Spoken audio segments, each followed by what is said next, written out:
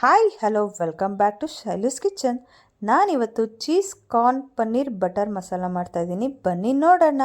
Ingredients sweet corn ಇಲ್ಲಿ ಬೇಯಿಸಿ ಇಟ್ಕೊಂಡಿದ್ದೀನಿ. ಒಂದು ಸ್ವೀಟ್ ಕಾರ್ನ್ ತೊಗೊಂಡಿದ್ದೀನಿ, ಒಂದು ಟೊಮೊಟೊ ತೊಗೊಂಡಿದ್ದೀನಿ, 2 ಈರುಳ್ಳಿ ತೊಗೊಂಡಿದ್ದೀನಿ, ಮತ್ತು ಇದು ಚೀಸು, ಬಟರು, ಪನ್ನೀರು, ಗೋಡಂಬಿ, ಅಚ್ಕಾರದ ಪುಡಿ, ಗರಂ ಮಸಾಲ, ಕಾಳುಮೆಣಸು, ಪಲಾವ್ ಎಲೆ, ಚಕ್ಕೆ, ಲವಂಗ ಇಷ್ಟು ತೊಗೊಂಡಿದ್ದೀನಿ.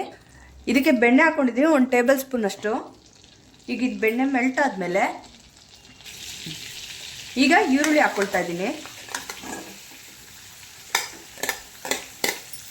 ಈರುಳ್ಳಿ ಎಲ್ಲ ಸ್ವಲ್ಪ ಬೇಯಬೇಕು.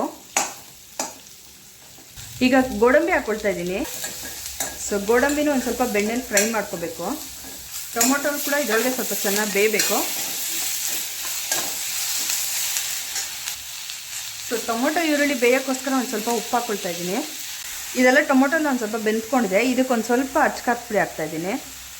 ಸೊ ಇದಿಷ್ಟೇ ಆಗಿದೆ, ರೆಡಿ ಆಗಿದೆ. ಈಗ ಇದನ್ನು ತಣ್ಣಗಾದ್ಮೇಲೆ ರುಬ್ಕೊಂಡು ಬರಬೇಕು. ಈಗ ಇದೆಲ್ಲ ತಣ್ಣಗಾಗಿದೆ. ಇದನ್ನು ಮಿಕ್ಸಿಗೆ ಹಾಕ್ಬಿಟ್ಟು ನುಣ್ಣಗೆ ರುಬ್ಕೊಳ್ಬೇಕು. ಒಂದು ಸ್ವಲ್ಪ ನೀರು ಹಾಕ್ಕೊಳ್ಳಿ. ಎಣ್ಣೆ ಹಾಕ್ಕೊಳ್ಬೇಕು. ಎಣ್ಣೆ ಒಂದು 3 ರಿಂದ 4 ಸ್ಪೂನ್ ಅಷ್ಟೇ. ಇದಕ್ಕೆ ಪಲಾವ್ ಎಲೆ ಒಂದು ಹಾಕ್ಕೊಳ್ತೀನಿ, ಚಕ್ಕೆ, ಲವಂಗ ಮತ್ತು ಕಾಳು ಮೆಣಸು ಇದೊಂದು ಸ್ವಲ್ಪ ಫ್ರೈ ಮಾಡ್ಕೋಬೇಕು.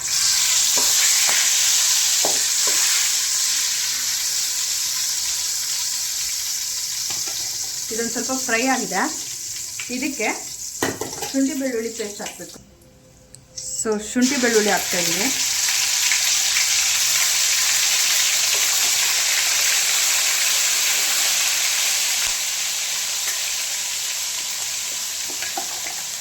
ಇದು ರುಬ್ಕೊಂಡು ಬಂದಿದ್ದೀನಿ. ಫುಲ್ಲು ನೈಸಾಗಿ ರುಬ್ಕೊಂಡು ಬರಬೇಕು.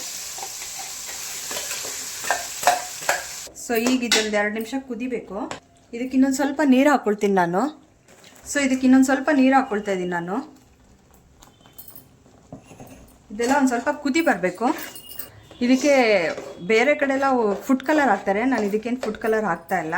ಈಗ ಇದು ಕುದೀತಾ ಇದೆ. ಕುದಿಯೋ ಟೈಮ್ಗೆ ನಾವೇನಿದು ಜೋಳ ಬೇಯಿಸ್ಕೊಂಡಿದ್ವಲ್ಲ ಸ್ವೀಟ್ ಕಾರ್ನು, ಅದನ್ನು ಹಾಕ್ಕೊಳ್ತಾ ಇದ್ದೀವಿ. ಸೊ ಇದು ಒಂದು ಸ್ವಲ್ಪ ಕುದಿಬೇಕು. ಈಗ ಇದೆಲ್ಲ ಕುದೀತಾ ಇದೆ.